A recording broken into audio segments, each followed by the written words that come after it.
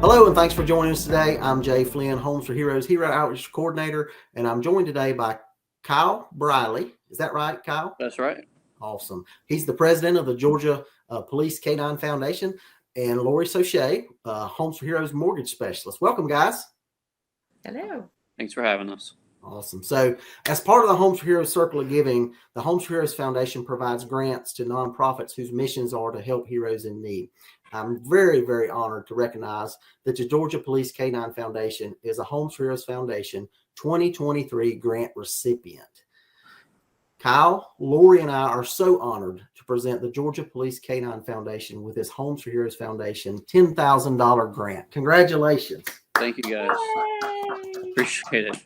We're honored to have you guys nominate us and be able to get that for our mission. Awesome. Awesome. Well, we certainly owe our gratitude to all of our K-9 officers and their handlers out there. And we know that our officers face challenges daily. And we hope that this grant helps the Georgia Police K-9 Foundation to serve their communities, but more importantly, serve the heroes that are out there in the field. Oh, yeah. So let's take just a few minutes and let's talk about the Georgia Police K-9 Foundation and its mission. So, Lori, you nominated these fine folks for the Homes for Heroes Foundation grant, right? So take a few minutes and talk to us about what moved you to make that nomination. Well, I would say, let me first say that I absolutely love animals and especially dogs. And I had decided a few years back to really focus on, after one of the success camps, to focus on law enforcement as my main hero, group.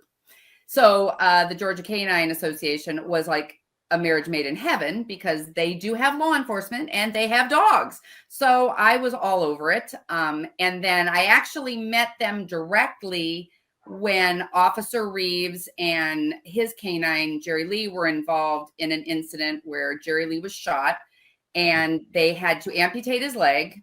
And he was kind of forced into a retirement rather prematurely.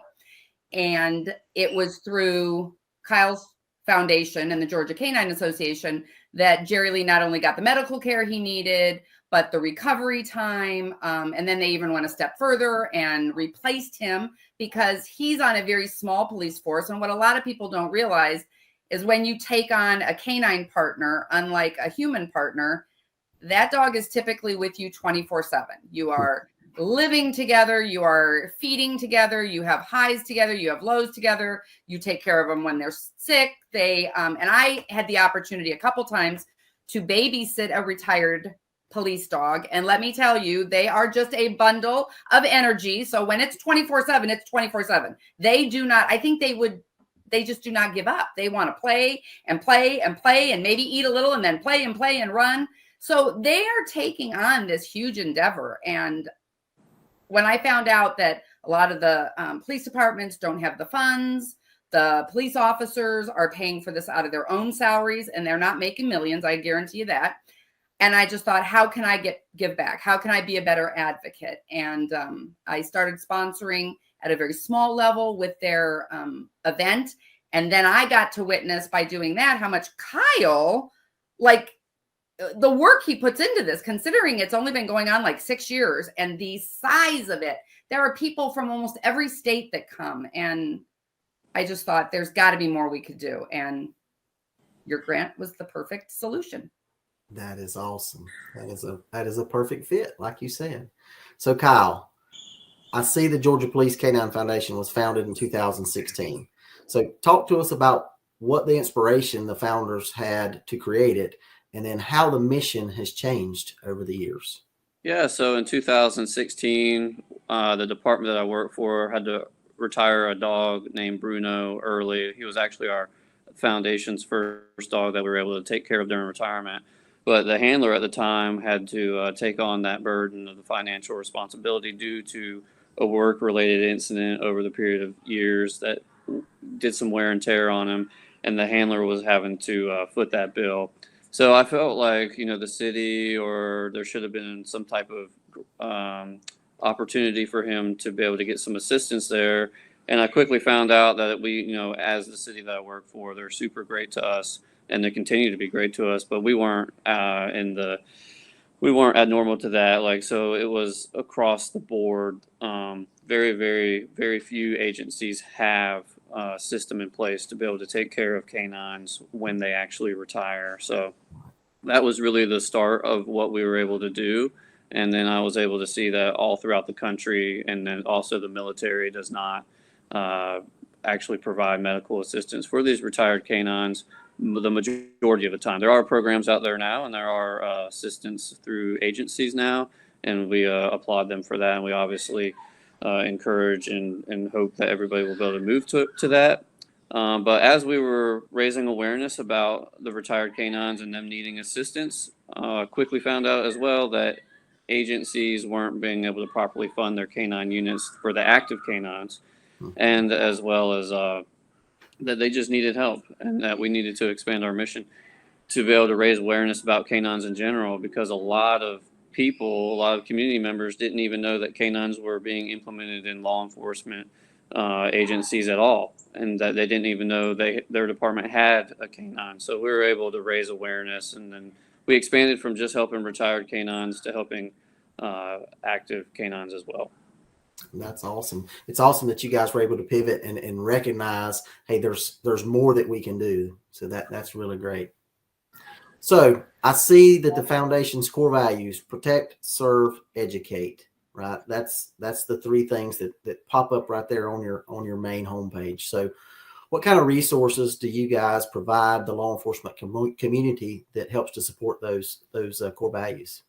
Yeah, so we're able to protect, serve, and educate the canine teams that are active and retired through protecting and serving and educating them, obviously, by providing ballistic vests, heat alarm systems, medical kits, Narcan, training equipment. We're able to serve by serving our retired canines, like Lori was talking about, retired canine Jerry Lee, who obviously got injured in the line of duty, and we're able to assist him during the retirement. We're also been able to provide trainings and raise awareness. That's really our main focus, is raise awareness, because once you raise awareness, you're able to talk about everything else with the canines. And then we're able to serve our communities and serve the departments, and serve the handlers, be able to act as a resource, be able to help them through anything that they may need. And we're, the two leading causes of death for working canines is heat exhaustion and gunfire. And so we're able to educate in multiple ways, but we're able to educate handlers through providing training about real life scenario training to be able to know and determine when is a good time to send your canine into a situation and when it's not. But if in case of an unfortunate situation, we're also able to provide medical training to these canine teams. We've been able to provide over 100 canine teams this year alone with medical training to be able to prevent and see the signs of heat exhaustion, as well as treating for any significant injuries such as a gunshot or something or stabbing or something like that. And then we're also able to provide the ballistic vest, like I just mentioned, so that prevents any of that from happening, or could help prevent further injury. And then we're able to just host seminars every year and be able to help the canine teams in many aspects. We've been able to help over 5,000 canine teams across the country through our mission efforts. And we've been able to kind of lay the roadmap and a good foundation for other foundations that have started in other programs, and be able to assist them in being able to help, because we're not going to be able to do it by ourselves. And we mainly focus in Georgia. And we also have a in the line of duty death canine memorial set up at our Georgia Public Safety Training Center. And together, we've been able to assist over these teams and be able to provide 160 vests, 85 heat alarm kennel inserts, and be able to help 50 retired canines. So all those things put together is because of supporters and grants like this.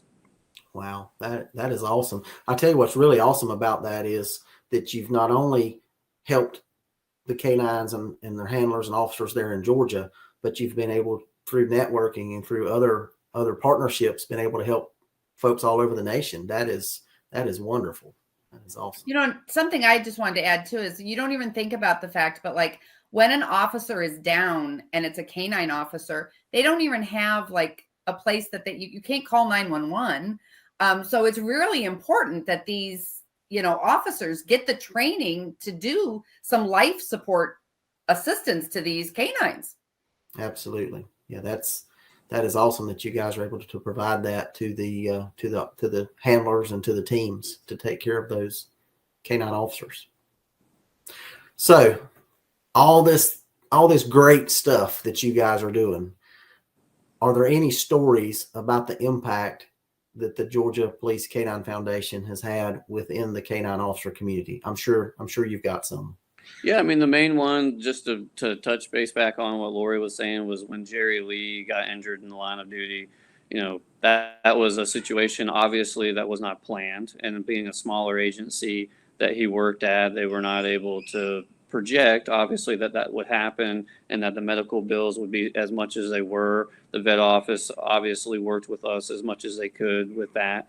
And then they needed, unfortunately, he wasn't able to return back to work and provide the full service that they wanted in that position. So we were able to work with them and provide them a canine. And that was one of the two special situations where we've been able to provide a department with a canine back to the community. It's not our primary focus, obviously, is to assist and to help agencies, but in certain situations like that, definitely. And then there's many other retired canines that we've been able to help.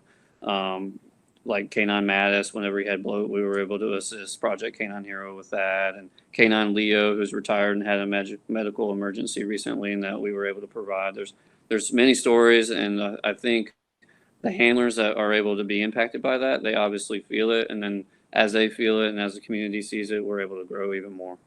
That's awesome. All right. So Lori nominated you. You guys were selected and awarded the grant. So how will this grant from the Homes for Heroes Foundation further the Georgia Police Canine Foundation's mission and support canine officers across Georgia? Yeah, it's going to help us a tremendous amount, like Lori was saying, and like we had been talking about just a second ago about everything that we've been able to do. I mean, $10,000 can provide almost 7 or 8 canines with ballistic vests, or it can provide heat alarm systems for probably 6 or 7 canines. And those are very important pieces of equipment to have. And the peace of mind and being able to have that given to an agency or give to a handler is obviously valued at a certain price, but it is priceless for us as handlers. I had a situation at one point where my department obviously provided the heat alarm system, but we had a malfunction in the engine, and then my canine was able to his life was able to be saved just based off of the heat alarm alerting us that the interior of the vehicle was too hot for him, but he didn't have heat exhaustion. Obviously, it provided that level of alert to get him before he even got to heat exhaustion. So it's just things like that. It's trainings and being able to provide everything that we can to help further our mission and to help save canines, but also protect communities throughout the state of Georgia, which obviously help the communities that they're serving. That's awesome. So, Lori, you told me, I think in one of our conversations we had previously, that Kyle's canine's gonna be there, right? So I think I heard you say you love the dogs, right? So Kyle, do you think we could get a guest to come and join us for a second? Sure. She's a little wild, so she'll probably attack me with love, but hang on one second.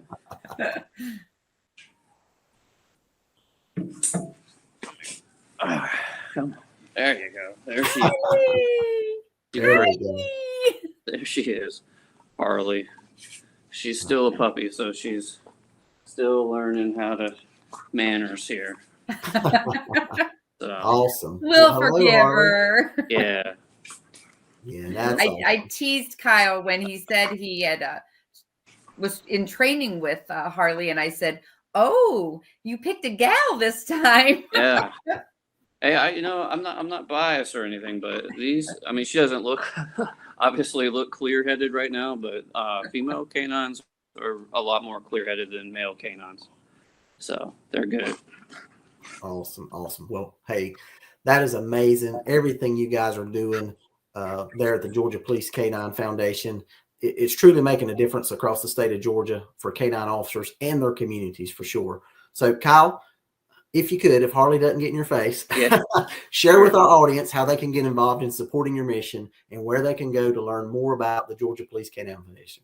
Yeah, I mean, I get asked this a lot, and I can't stress enough the importance of just being able to engage with us on social media. That provides us a lot of exposure and being able to raise awareness about what we do, and also being able to partner with companies like you guys in any aspect. Like help those companies who help us, and then being able to do things like shop on Amazon and be able to give back. We're obviously partnered with them through their give back program, which gives back to us passively. It's a great way to give back in different ways. So it's just those things alone help us out. Being able to engage with us just on social media helps out a tremendous amount.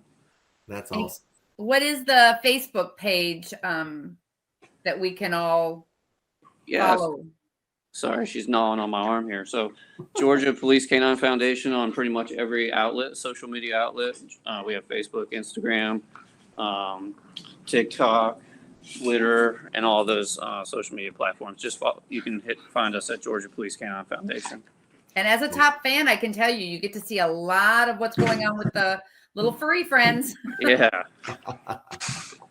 Awesome. So I want to thank both of you guys for joining me today. And thank you, Kyle, and the Georgia Police Foundation for everything that you guys are doing to support our canine officers. Yeah, thank you guys for thinking of us and supporting us and being able to give us this amazing grant. Awesome. And to the audience, thank you guys for joining us too. To hear more about the great work that the Georgia Police Canine Foundation is doing, an easy way to show your support is by giving this video a like, leave us a comment below, but most importantly, give us a share. Share the video. Make sure that you tune in to future episodes to learn more about the meaningful nonprofits the Homes for Heroes Foundation partners with to help heroes in dire need. Until next time, take a moment today to say thank you to a hero. Thank you. Thank you, guys. Harley says see you too. Grants from the Homes for Heroes Foundation are made possible by the Homes for Heroes Circle of Giving and its network of real estate professionals who are committed to providing savings to hero groups such as firefighters, EMS, law enforcement, military, active and veterans, healthcare professionals, and teachers.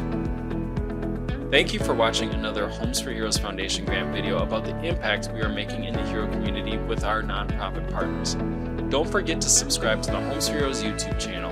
And to learn more about the savings available to heroes through Homes for Heroes, or to learn more about how the Homes for Heroes Foundation is helping heroes in dire need, visit homesforheroes.com.